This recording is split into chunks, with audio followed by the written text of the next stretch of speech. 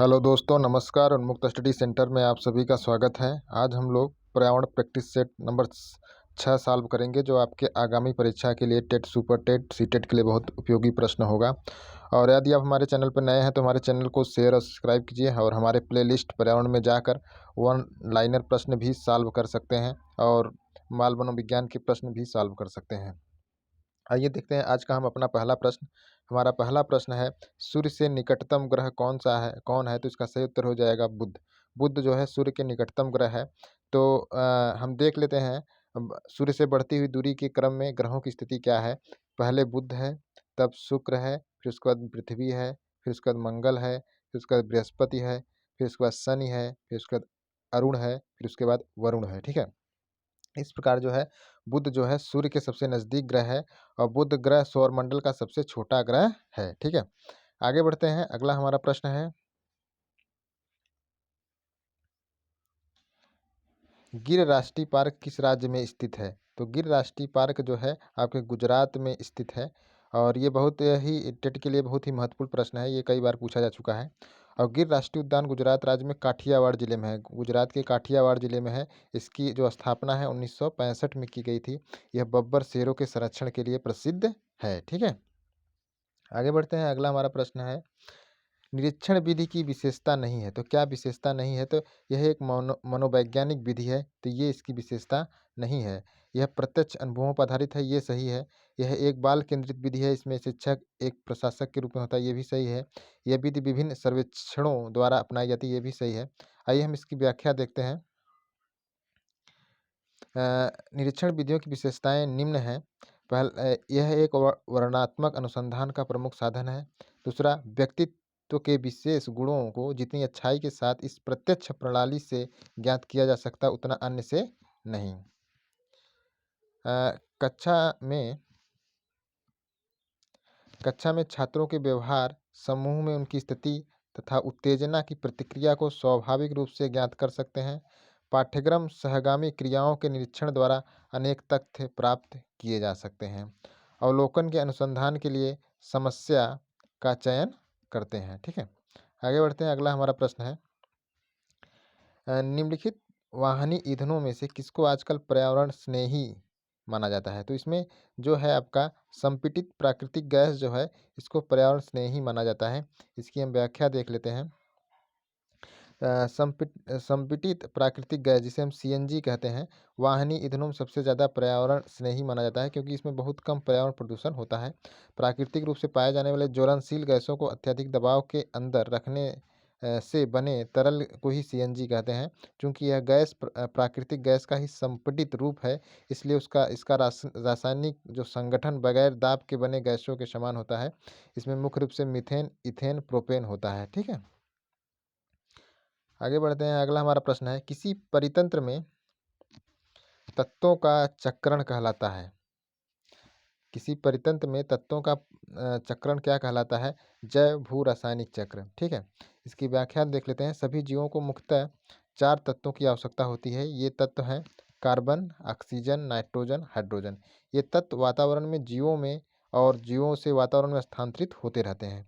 जीवमंडल में विद्यमान ये चक्र जैव भूगर्भीय रासायनिक चक्र या पोषक चक्र कहलाते हैं। आगे बढ़ते हैं। अगला हमारा प्रश्न है, चिपको आंदोलन के प्रणेता थे। तो चिपको आंदोलन के जो प्रणेता थे वह थे आपके सुंदरलाल बहुगुणा। ठीक है, आओ हम इसकी व्याख्या देख लेते हैं। यह आंदोलन वृक्षों के काटने के विरोध में 1973 में उत्तराखंड राज्य में प्रारंभ किया गया था। ठीक है, 1973 में। और इस आंदोलन में जिस पेड़ को काटा जाता था, लोग उस पेड़ से चिपक कर खड़े हो जाते थे। इस तरह पेड़ों की रक्षा का आंदोलन शुरू हुआ। इसी को हम चिपको आंदोलन कहते हैं। किसने शुरू किया था? सुंदरलाल बहुगुणा ने। आगे बढ़ते हैं। अगला प्रश्न है हमारा, इंसुलिन की रासायनिक प्रकृति क्या है? तो इसका सही उत्तर हो जाएगा प्रोटीन। और इसकी व्याख्या हम देख लेते हैं। बड़ा ही महत्वपूर्ण प्रश्न है। सेंगर 1953 ने पहले गाय के इंसुलिन के अणु की रचना का पता लगाकर सिद्ध किया कि यह एक पॉलीपेप्टाइड है। क्या है? पॉलीपेप्टाइड है। इसके लिए इन्हें 1958 में, कब? 1958 में नोबेल पुरस्कार मिला।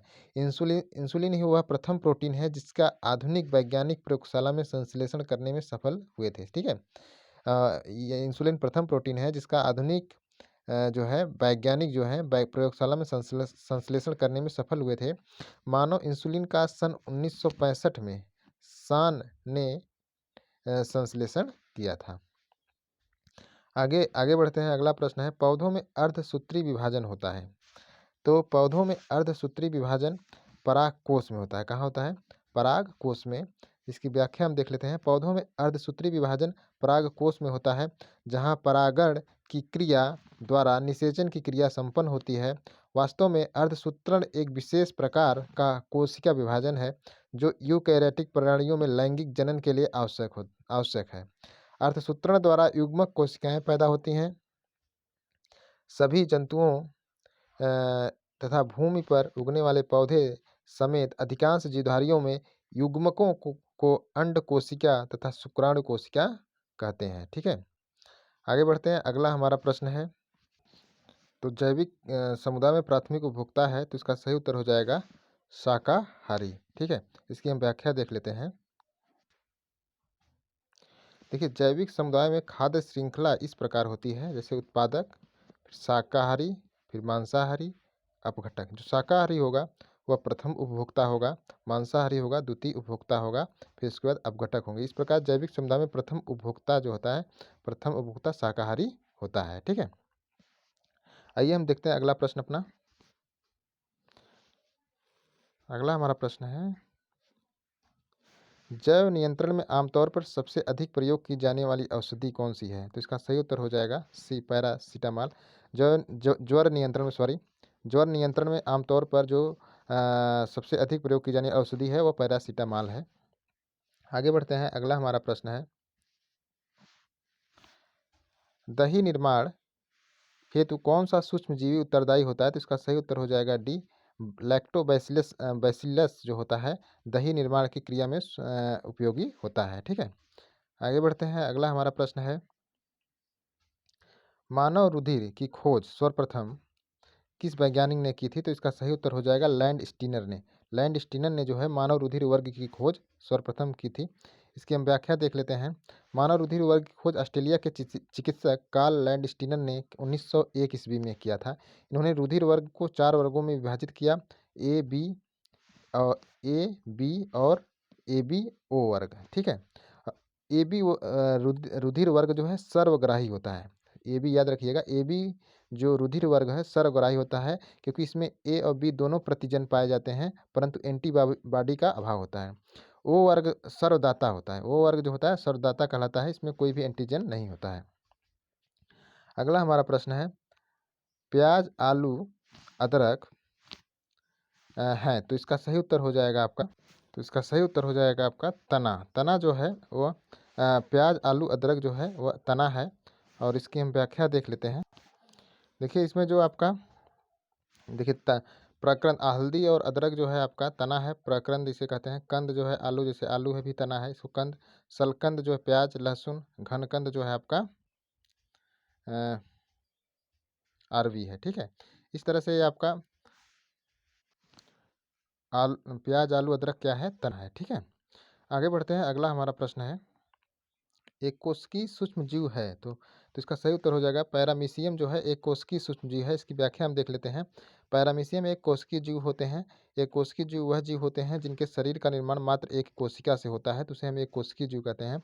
इसमें जो पैरामीशियम है वह एक कोशिकीय जीव है। ठीक है, आगे बढ़ते हैं। अगला हमारा प्रश्न है, निम्न में कौन सा पादप साबुन पादप उत्पादन साबुन का विस्थापन है? तो इसका सही उत्तर हो जाएगा रीठा। रीठा जो है साबुन का विस्थापन है। तो देख लेते हैं, रीठा पादप का उत्पाद होता है जो साबुन का विस्थापन है। रीठा का प्रयोग बालों के संरक्षण के लिए किया जाता है। ठीक है, तो दोस्तों आज का ये हमारा प्रैक्टिस सेट था। कैसा लगा आपको कमेंट करके ज़रूर बताइएगा, और हमारे चैनल को शेयर और सब्सक्राइब करना मत भूलिएगा। ठीक है दोस्तों, थैंक यू।